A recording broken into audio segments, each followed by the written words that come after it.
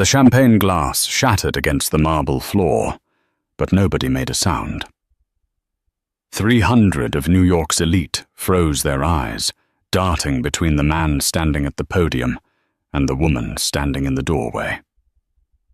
Preston Martha, the billionaire tech mogul, had spent the entire evening parading his 20-something mistress around the gala, laughing as he introduced her as his future. He thought his wife was at home crying over a tub of ice cream. He was wrong. When the double doors swung open, Isabel Martha didn't walk in to make a scene. She walked in to sign the checks, and the 4 words she whispered into the microphone didn't just end a marriage, they bankrupted a billionaire. This is the story of how the discarded wife became the new boss. The penthouse at 432 Park Avenue was silent save for the hum of the central air conditioning and the rhythmic tapping of Preston Martha's Italian leather shoes against the floor. He stood in front of the floor-to-ceiling mirror adjusting the cuffs of his Brioni suit. He looked every inch the master of the universe, tall, broad-shouldered with a jawline that had graced the cover of Forbes 3 times in the last decade. But if you looked closer, you could see the cracks, the slight tremor in his hands, the way his eyes darted to his phone every 30 seconds. Martha Dynamics. His legacy was bleeding money. The board was restless. The stock was tanking. Tonight was the annual gala, but it wasn't a celebration. It was a rescue mission. He needed to secure the signature of the mysterious representative from the Obsidian Group, a shadow investment firm that had offered a $500 million lifeline. Preston. The soft voice came from the doorway. Preston didn't turn around. He watched his wife Isabel in the reflection of the mirror. She was wearing a simple beige cardigan and jeans, her brown hair pulled back in a messy bun. She looked plain, safe, boring. "I thought I told you not to wait up," Preston said, finally turning to face her. His tone was dismissive, like he was speaking to a housekeeper rather than the woman he had been married to for 6 years. "I just wanted to wish you luck tonight," Isabel said, stepping into the room. She held out a small velvet box. "It's your anniversary with the company. I got you these cufflinks." Preston scoffed. He didn't even reach for the box. "Isabel, look at you. You're wearing sweatpants. I'm about to go close the biggest deal of my life at the Pierre Hotel. I need to be in the zone. I don't need domestic clutter." Isabel lowered her hand. Her face remained impassive, though her eyes hardened slightly. "Domestic clutter. Is that what I am?" "You know what I mean." Preston sighed, checking his Rolex. "You're a great homemaker, Belle. You keep the staff in line. But tonight is about power. It's about optics. And frankly, bringing you along, it sends the wrong message. The market needs to see vitality, energy." "And Hannah brings that energy?" Isabel asked quietly. Preston froze. The air in the room dropped 10 degrees.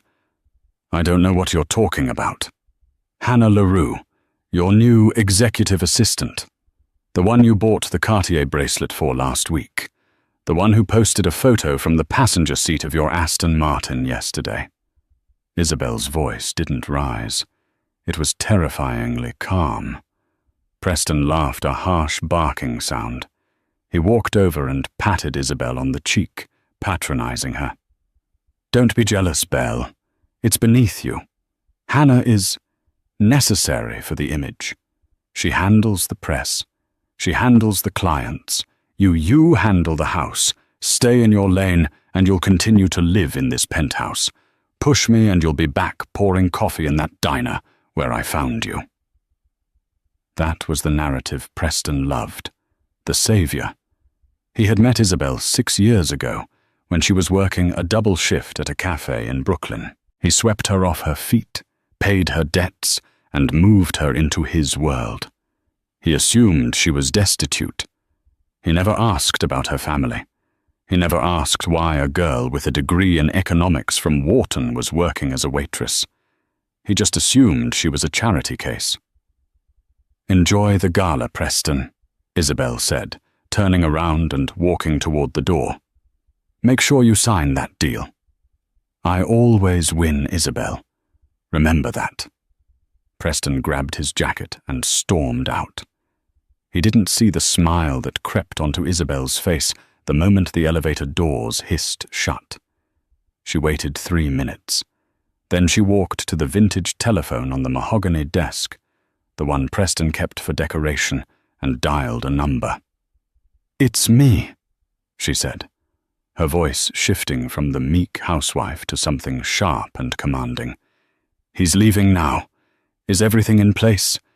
A male voice on the other end, deep and respectful, answered.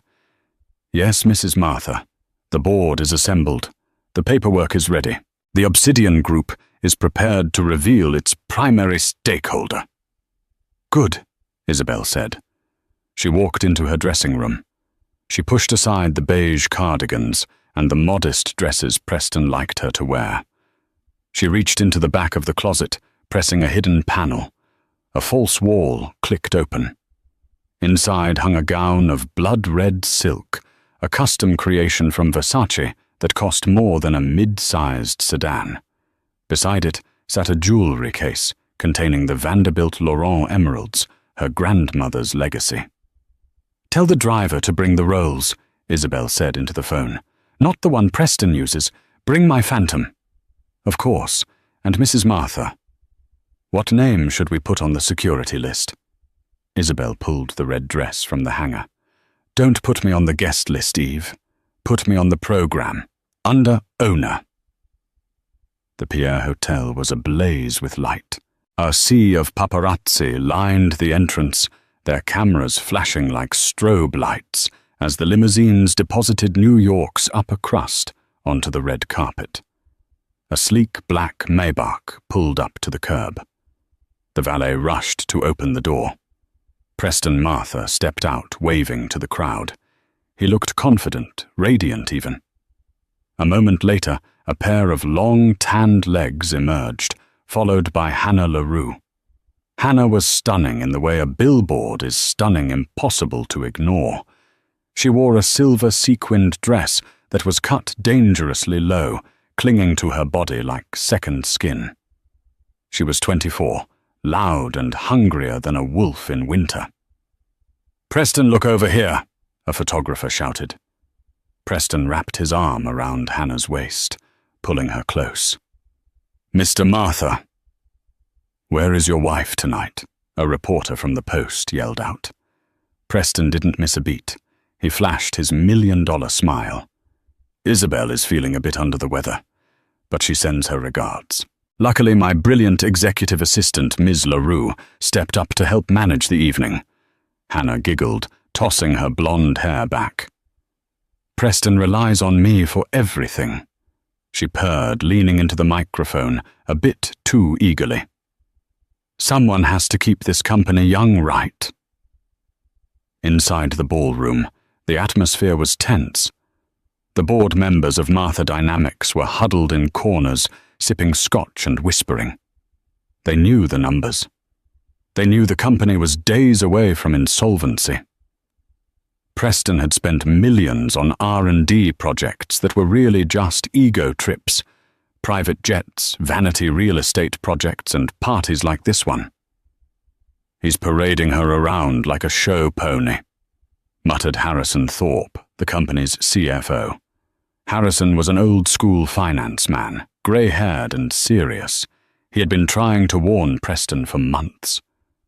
"Let him have his fun," replied Eve Pendleton, the chairman of the board. Eve was a heavy-set man with a poker face that gave nothing away. He swirled the ice in his glass. "The Obsidian Group representative is coming tonight. Once the papers are signed, the restructuring begins." "Do we know who the investor is yet?" Harrison asked nervously.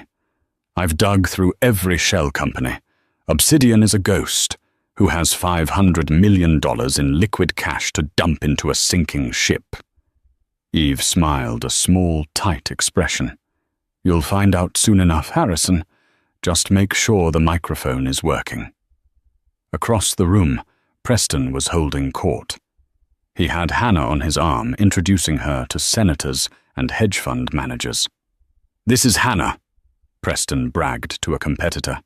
She's the future of our marketing department. Hannah beamed. I'm thinking of rebranding the logo. Blue is so... Yesterday. I want pink. Hot pink. The competitor choked on his drink. Preston laughed as if she had told a brilliant joke. Isn't she fire? Anyway, tonight is a big night. We're securing a massive capital injection. Martha Dynamics is going global. Preston? A low voice interrupted. It was Harrison, the CFO. He looked pale. Not now, Harrison. I'm networking, Preston snapped. Preston, you need to check the guest list updates. Security just radioed. There's a situation at the front entrance. What situation? Did the press get too rowdy? No, Harrison whispered. It's a vehicle, an unauthorized arrival. They tried to wave it off, but the passenger overrode the security detail. Preston rolled his eyes. So some D-list celebrity is crashing the party. Throw them out. I don't want any distractions before the Obsidian rep gets here. That's the thing, Preston, Harrison said, wiping sweat from his forehead. The car, it has diplomatic plates, and the security chief said the passenger claims to own the venue. Preston frowned. Own the Pierre. Don't be stupid. The Taj Group owns the Pierre. Not the Hotel Preston. The event. She claims she paid for the gala. Preston's arrogance wavered for a split second. He paid for the gala. Or rather, the company credit card paid for the gala. Handle it, Harrison. I have to make my speech. He turned back to Hannah, who was busy taking a selfie with a senator who looked like he wanted to be anywhere else. Come on, babe. It's show time. Let's go to the head table. As they walked through the crowd, the murmurs started. At first, it was just a ripple. Then heads started turning toward the main doors. The music, a live jazz band, faltered slightly as the musicians got distracted. Preston reached the podium. He tapped the microphone. Thump, thump. Ladies and gentlemen, he boomed, his voice echoing through the gold-leafed ballroom. Thank you for coming. Tonight marks a new era for Martha Dynamics. An era of innovation, of boldness. He looked down at Hannah, who was reapplying lip gloss at the front table. And of beauty. A few polite claps. Most people were looking at their phones or whispering. I know there have been rumors, Preston continued, his voice rising. Rumors of debt, rumors of failure. But I stand here to tell you that the Martha name is stronger than ever. Tonight we welcome a strategic partner who believes in my vision. Suddenly, the heavy double doors at the back of the room slammed open with a sound like a gunshot. The room went dead silent. The silhouette in the doorway was striking. Backlit by the flashing cameras from the hallway, the figure appeared to be floating. She stepped forward out of the shadows and into the light of the crystal chandeliers. A collective gasp ripped through the room. It was Isabel. But it wasn't the Isabel anyone knew. Gone was the messy bun. Her hair was blown out in sleek Hollywood waves that cascaded over one shoulder. Gone were the sweatpants and the beige cardigan. She was wearing a blood-red silk gown that fit her like armor, with a slit that ran up to her thigh and a neckline that plunged daringly low. Around her neck sat a necklace that made the women in the room stop breathing emeralds, the size of quail eggs, surrounded by diamonds. It was the kind of jewelry you didn't buy at a store. It was the kind you inherited from royalty. She didn't look like a housewife. She looked like a queen coming to an execution.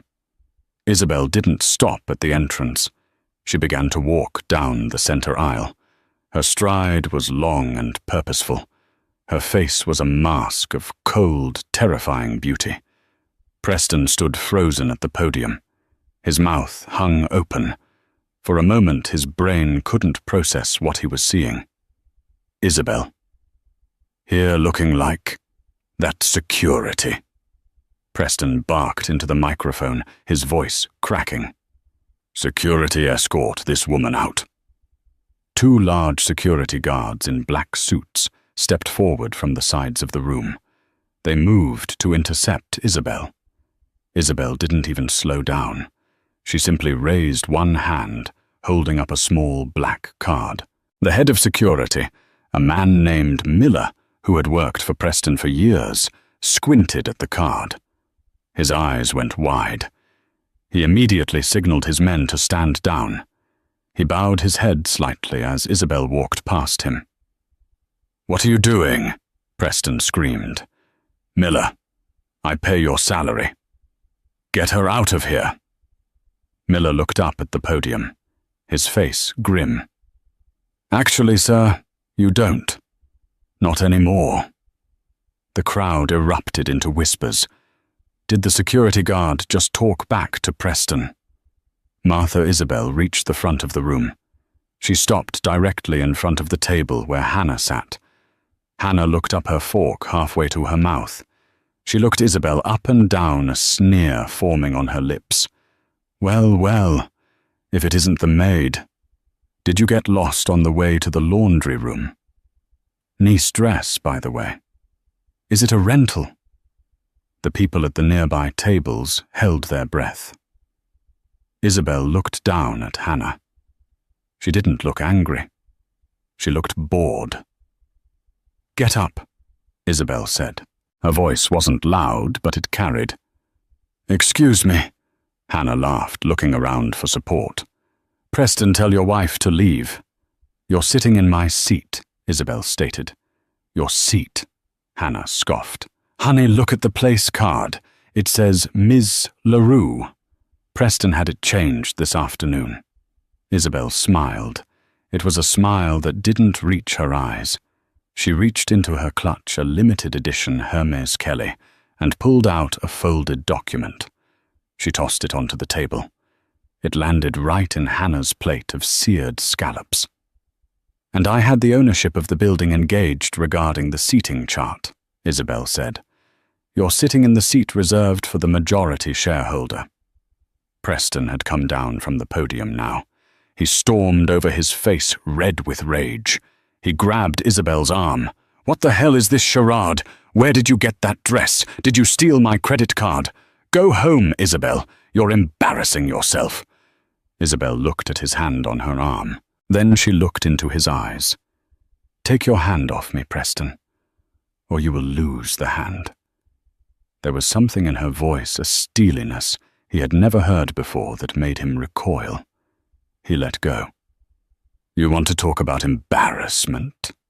Isabel asked, her voice projecting to the silent room. "Embarrassment is missing your quarterly earnings by 40%.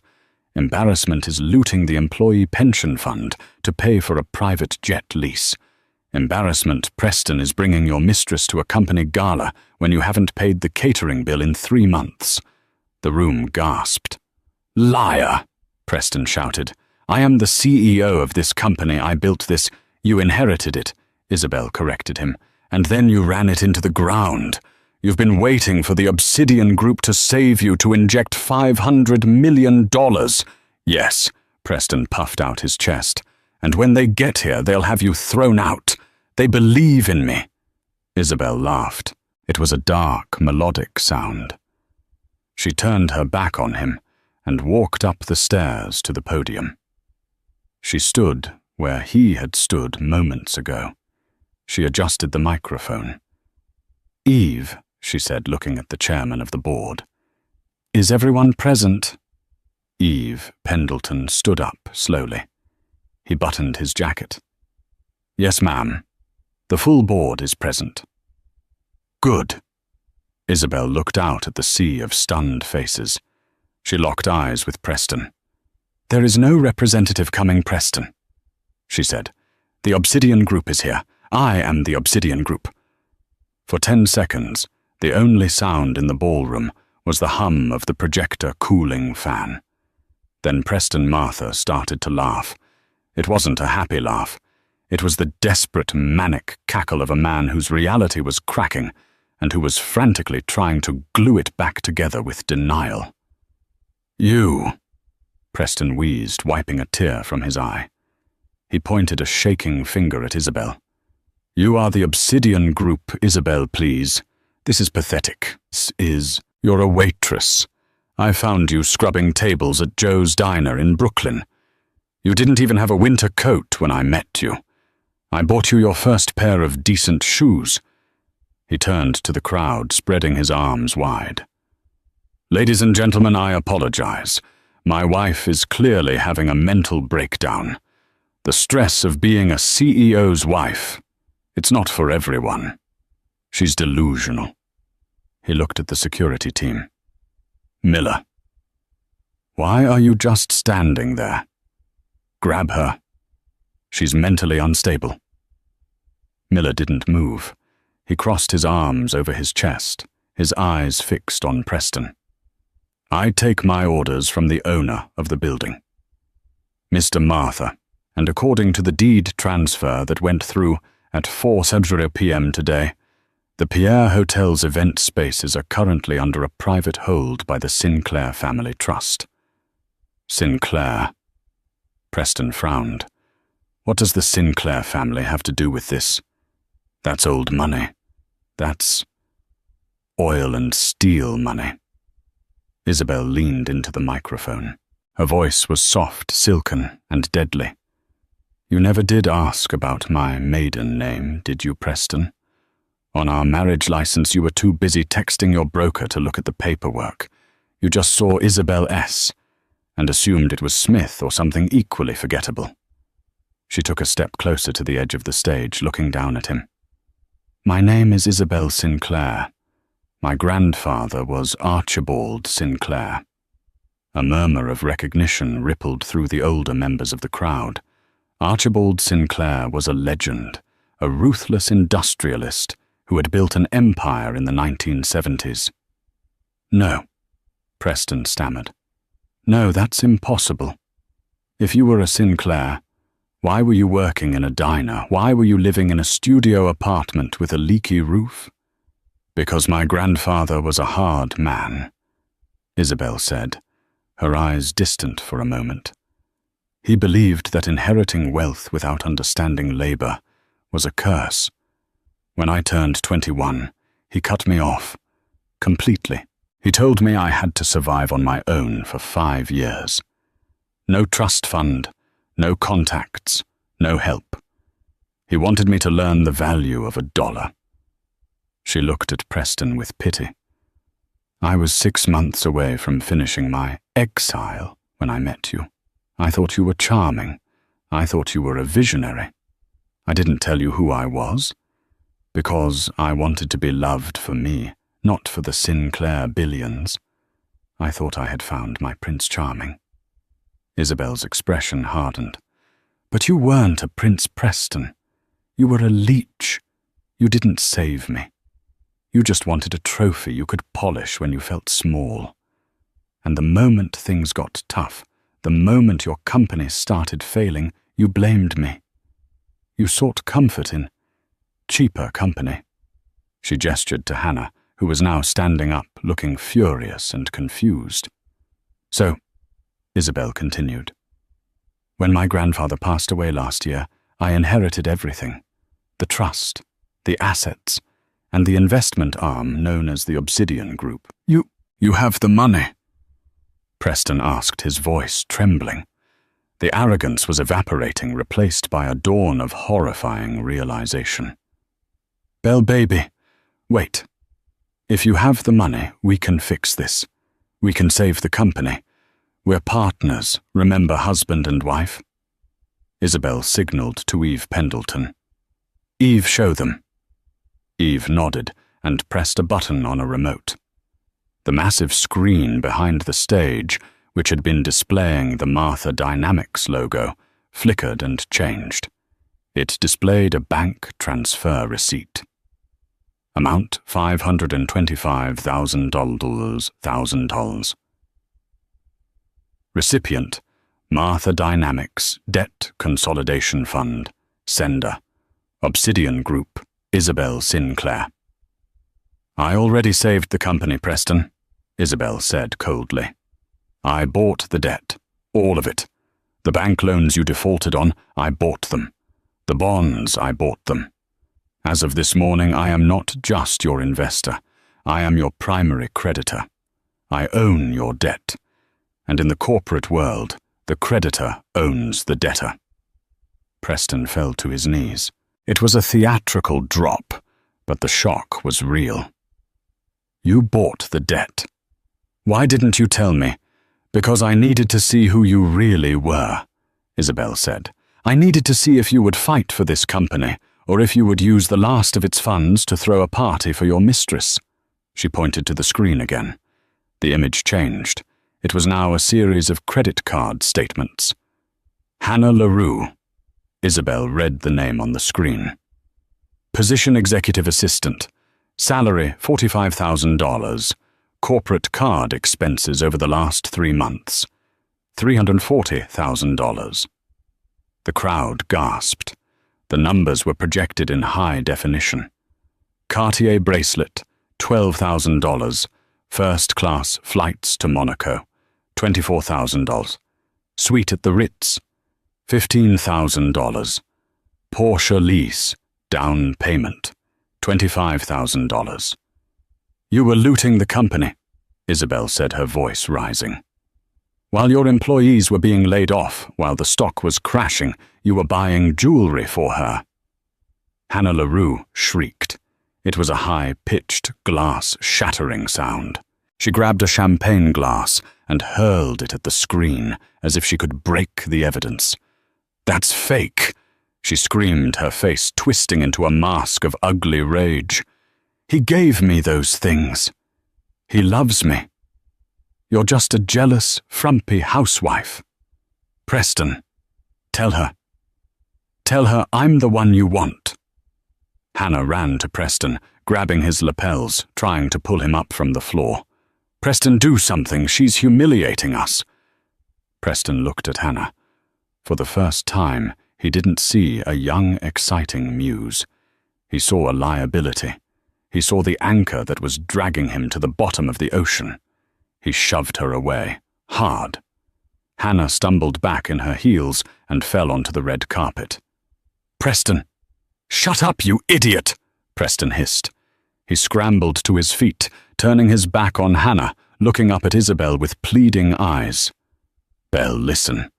It was a mistake, a moment of weakness. She means nothing to me. I was stressed. The company, the pressure. I wasn't thinking straight. But you're my wife. We can move past this. We have $500 million now. We can rule New York. Isabel watched him beg. She felt nothing. The love she had once held for him had burned to ash a long time ago. Eve, Isabel said, ignoring her husband. Please initiate Protocol 7. Eve Pendleton stepped forward to the microphone.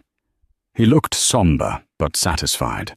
Protocol 7 is an emergency provision in the Martha Dynamics bylaws.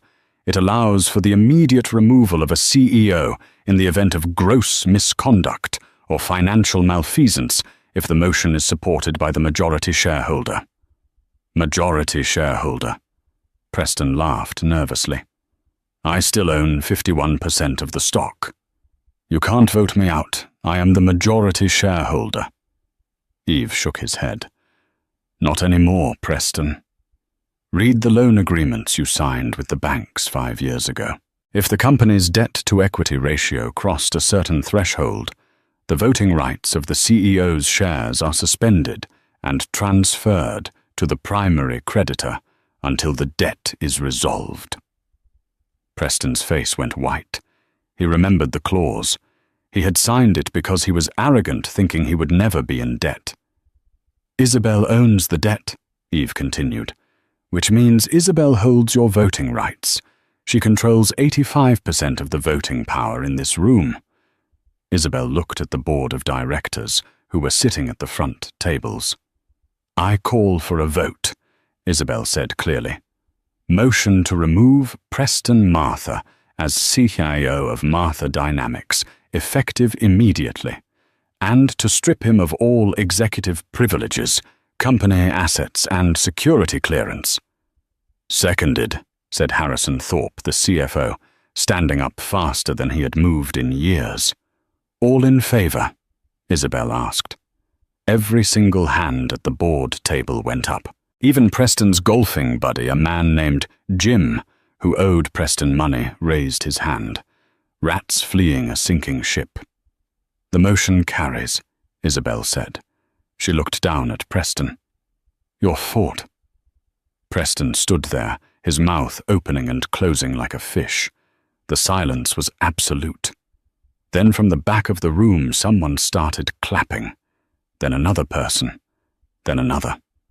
Within seconds, the entire ballroom. The employees he had terrorized, the investors he had lied to, the competitors he had mocked, erupted in applause. They weren't clapping for Isabel's wealth. They were clapping for justice. "This is illegal," Preston screamed over the applause. "I'll sue you. I'll sue all of you." "You can't do this to me." "I am Martha Dynamics," Isabel signaled to Miller. "Mr. Miller, there is a trespasser on the stage. Please remove him, and ensure he does not leave with any company property. That includes the phone in his pocket and the watch on his wrist." The company paid for those. Miller and 2 guards stepped onto the stage. They weren't gentle. They grabbed Preston by the arms. "Get off me!" Preston yelled, thrashing. "Isabel, you can't do this. I'm your husband." "Not for long," Isabel said into the mic. As they dragged Preston down the stairs, he passed Hannah, who was still sitting on the floor, mascara running down her face. She reached out for him. "Preston, what about the car? What about my apartment lease?" Preston didn't even look at her. "Get away from me," he spat as the guards hauled him toward the exit. Hannah looked up at the stage. Isabel was looking down at her. "And her," Isabel said, pointing at Hannah. "She is not an employee. She has no credentials to be here. Escort her out. And Eve, send the forensic accounting team to her apartment tomorrow. If she possesses any assets purchased with company funds, bags, jewelry, electronics, I want them repossessed. If she refuses, call the district attorney and file charges for grand larceny." Hannah's eyes widened in terror. "You can't do that. They were gifts. Gifts bought with stolen money are evidence, Ms. LaRue," Isabel said. "Enjoy the subway ride home." Security guards lifted Hannah up by her elbows and marched her out, her silver dress glittering ironically as she was ejected from the high society she had tried so hard to infiltrate. The doors closed behind the screaming pair. The ballroom was quiet again, but the energy had shifted. It was electric. Isabel stood alone at the podium. She took a deep breath. She didn't look triumphant. She looked relieved. She addressed the crowd. "I apologize for the disruption. The bar will reopen in 5 minutes. But before you enjoy the evening, there is one more piece of business." She walked down the stairs and approached a man sitting at table 4. He was a sharp-dressed man, with wire-rimmed glasses. It was Preston's personal lawyer, Simon Glass. "Simon," Isabel said pleasantly.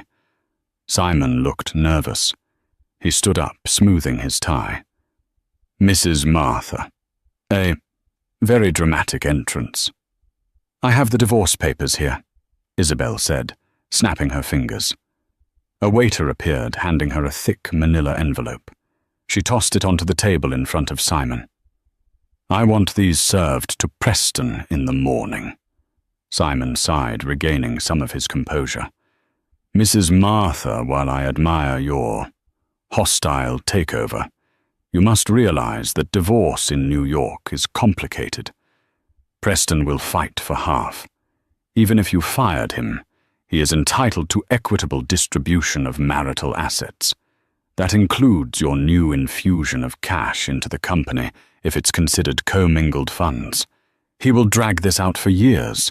He will want alimony." Isabel smiled. "He can try. But I think you're forgetting the document we signed 6 years ago, the one Preston insisted on." Simon frowned. "The prenuptial agreement." "Yes, I drafted it. It protects Preston's assets from you. It states that in the event of a divorce, you get nothing. No alimony, no stock, no property. He wanted to ensure you— Excuse me, the waitress didn't marry him for his money." "Exactly," Isabel said. "He was so paranoid that I was a gold digger that he made the terms incredibly strict. Total separation of assets. What is yours, what is mine. No claims on future earnings. No spousal support." Isabel leaned in close to the lawyer. "He thought that piece of paper was a shield to protect his millions from me. But he didn't realize it was actually a sword that would cut his throat." Simon's eyes widened behind his glasses as the logic hit him. "Since I am the one with the money now," Isabel whispered, "and since I am the one who owns the company's debt and the Sinclair fortune, that prenup prevents him from touching a single cent of my money. He insisted on total separation of assets, so he gets to keep his assets, which are currently 0, and I keep mine." "My God," Simon whispered. "He played himself." "He walked right into it," Isabel agreed. "He has no job, no company, no liquidity. And because of the prenup he demanded, he has no legal claim to my wealth. He is leaving this marriage exactly how he thought I entered it. Broke." Isabel turned back to the room. "The open bar is now resumed. Please drink the good champagne. I'm paying for it." The band struck up a lively jazz number. The tension broke. People began to laugh, drink, and chatter excitedly. The king was dead. Long live the queen. Isabel walked toward the side exit, needing a moment of air. But before she could reach the doors, a tall man stepped into her path. He was in his late 30s, wearing a tuxedo that fit him better than Preston's ever had. He had dark hair, eyes that were intelligent and kind, and he was holding 2 glasses of sparkling water. "That was the most terrifying and impressive thing I have ever seen," the man said. Isabel paused. She recognized him. It was Julian. No, wait. It was Ethan Cole, the tech innovator from Silicon Valley who Preston had tried to bully into a merger last year. Preston had called him Small Fry.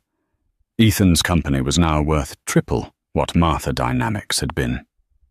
"Mr. Cole," Isabel said, accepting the water he offered, "I hope I didn't frighten off a potential partner."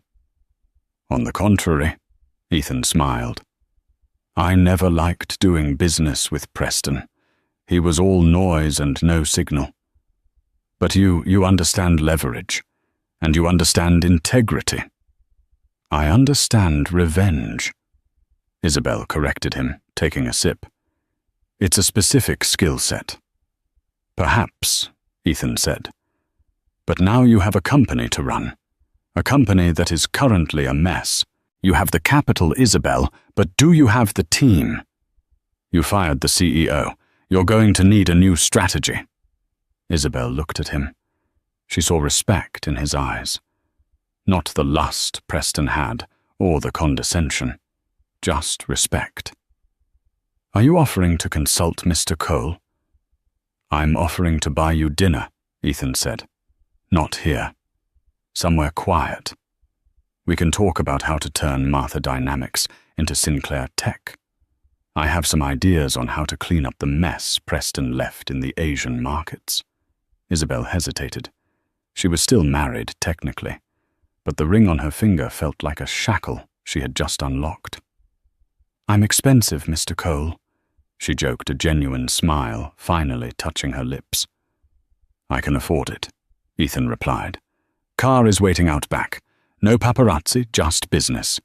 "Just business," Isabel agreed. "Let's go." The divorce proceedings of Martha v. Martha were expected to be the society trial of the century. The tabloids predicted a war of the roses, a protracted vicious battle over every painting, every share of stock, and every square foot of Hampton's real estate. They predicted screaming matches and secret tapes. They were wrong. It wasn't a war. It was an autopsy. The courtroom in Lower Manhattan smelled of floor wax and old wood. It was a somber, windowless place that felt miles away from the gilded ballrooms Preston Martha was used to. He sat on the left side of the aisle, fidgeting with the cuffs of a suit that hadn't been pressed in days. His usual entourage of assistants fixers and image consultants was gone. The only person beside him was Simon Glass, his personal attorney, who looked pale and kept checking his watch, as if calculating how many billable hours he was losing by being attached to a client whose credit cards had all been declined that morning. On the right side of the aisle sat Isabel. She was a study in absolute composure. She wore a midnight blue blazer with sharp architectural lines, her hair pulled back in a sleek professional chignon. She wasn't looking at Preston. She was quietly reviewing a stack of documents with a team of 3 lawyers from Vanderbilt and Associates, the kind of firm that didn't just win cases. They destroyed the opposition so thoroughly that they couldn't appeal. "All rise," the bailiff droned. Judge Harrison entered, a stern woman with grey hair and a reputation for having zero patience for the tantrums of the wealthy. She sat down, adjusted her glasses, and looked over the rim at Preston. "We are here to finalize the division of assets in the matter of Martha versus Martha," Judge Harrison said. "I have reviewed the motions submitted by both parties. Mr. Glass, your client, is contesting the validity of the prenuptial agreement signed 6 years ago." Simon Glass stood up, clearing his throat nervously. "Yes, Your Honor. We argue that the agreement is unconscionable, given the radical shift in financial power. When Mr. Martha drafted the total separation of assets clause, he was the primary earner. He could not have foreseen that his wife would purchase his company's debt and effectively bankrupt him. To enforce the prenup now would leave him destitute while she retains billions. It is inequitable." Isabel's lead attorney, a man named Marcus Thorne, who looked like a shark in a pinstripe suit, didn't even stand up. He just leaned into his microphone.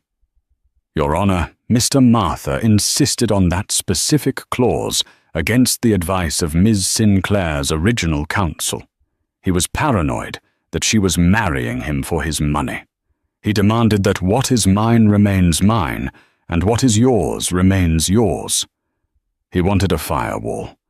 He cannot complain now, just because he is on the wrong side of the wall he built." Judge Harrison nodded slowly.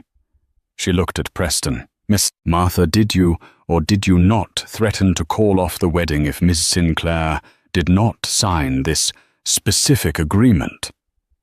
Preston stood up, his hands shaking. "Your Honor, please. I was protecting my company. I built Martha Dynamics. She tricked me. She hid her identity as a Sinclair. That's fraud. She's the one who committed fraud." "Sit down, Mr. Martha," the judge snapped. "Hiding one's maiden name is not fraud. And regarding the prenup, the law does not exist to save you from your own arrogance. You wanted a shield to protect your assets from a wife you deemed lower class. You got your shield. The fact that your assets are now zero and hers are substantial is a result of your business failures, not the contract. The gavel banged, the sound echoing like a gunshot in the silent room. The prenuptial agreement stands, Judge Harrison ruled. Mimles, Sinclair Martha, retains 100% of her personal assets, including the Obsidian Group and its holdings, which now include the entirety of Martha Dynamics. Mr. Martha retains his personal effects and any accounts solely in his name. But I have no accounts, Preston shouted, panic rising in his chest. She seized them. The liens took everything. Then you leave with nothing, the judge said coldly. Next case. The walk out of the courthouse was a blur. Preston felt like he was moving underwater. He pushed through the heavy oak doors and stepped out onto the courthouse steps, expecting the usual swarm of paparazzi. He straightened his tie, preparing to give a defiant statement to spin the narrative. But the cameras weren't pointing at him. Isabel had exited a side door moments earlier. The photographers were swarming her, shouting questions about her new vision for the company, her dress, her rumored partnership with Ethan Cole. Preston stood alone at the top of the stairs, watching the woman he had called domestic clutter command the attention of the entire city. He felt a vibration in his pocket. It was his phone. A text from his landlord at the penthouse. Mr. Martha. The locks have been changed per the instructions of the building owner, Obsidian Group. Your personal items have been boxed and left with the concierge. You have 2 hours to collect them before they are donated to charity. Preston stared at the screen. He was homeless. He flagged down a taxi, but as he reached for the door, he remembered he had $12 in his wallet. He let the taxi go and began the long walk uptown to 432 Park Avenue. When he arrived, Miller was waiting in the lobby. The head of security didn't offer a salute. He simply pointed to 3 cardboard boxes sitting on the marble floor near the service elevator. "That's it?" Preston asked, his voice cracking. "I lived here for 10 years. That's my life in 3 boxes. We packed everything that was legally yours." "Mr. Martha," Miller said, his face impassive. "Clothes, shoes, personal toiletries. The art, the furniture, the electronics. Those were purchased through the corporate account. They stay." Preston fell to his knees, ripping open the top box. He frantically dug through his designer shirts until he found a small velvet jewelry box. He popped it open. It was empty. "Where is it?" Preston screamed, looking up at Miller. "Where is the Patek Philippe?" "The platinum one. It was a gift from the Saudi prince. Gifts received in the capacity of CEO are considered company property under the bylaws," Miller recited from memory. "It's in the company vault."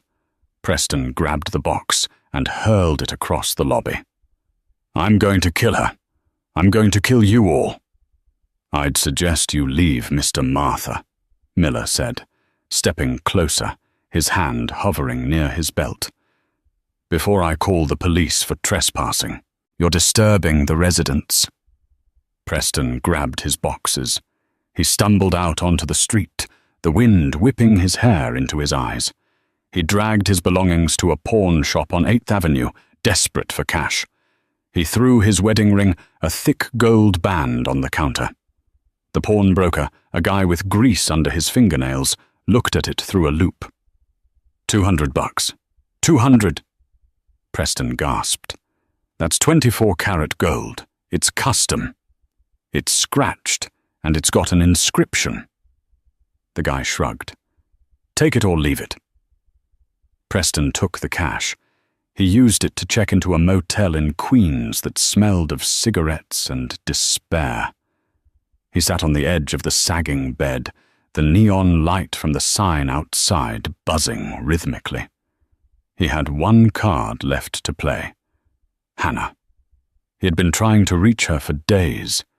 She had the codes to the offshore accounts in the Caymans, the runaway fund he had set up years ago. There was maybe $2 million in there, not enough to live like a king, but enough to start over. He dialed her number again. User busy. He turned on the small, static-filled TV in the corner of the room.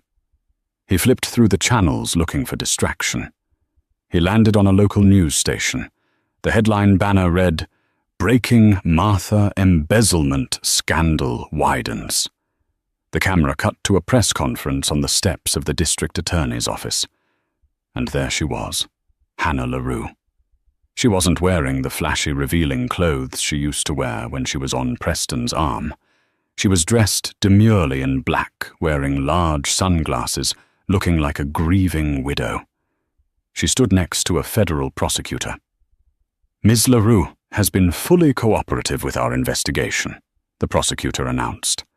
"In exchange for immunity regarding her role in the misappropriation of funds, she has provided the state with the access keys to several offshore shell companies established by Preston Martha."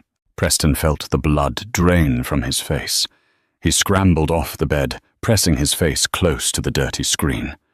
"No," he whispered. "No, Hannah, don't."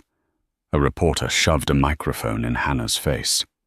"Ms. LaRue, do you have anything to say to Mr. Martha?" Hannah lowered her sunglasses. She looked directly into the camera. There was no remorse in her eyes.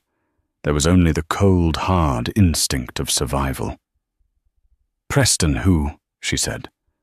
Then she turned, flipped her hair, and walked into the black SUV waiting for her. She hadn't just left him.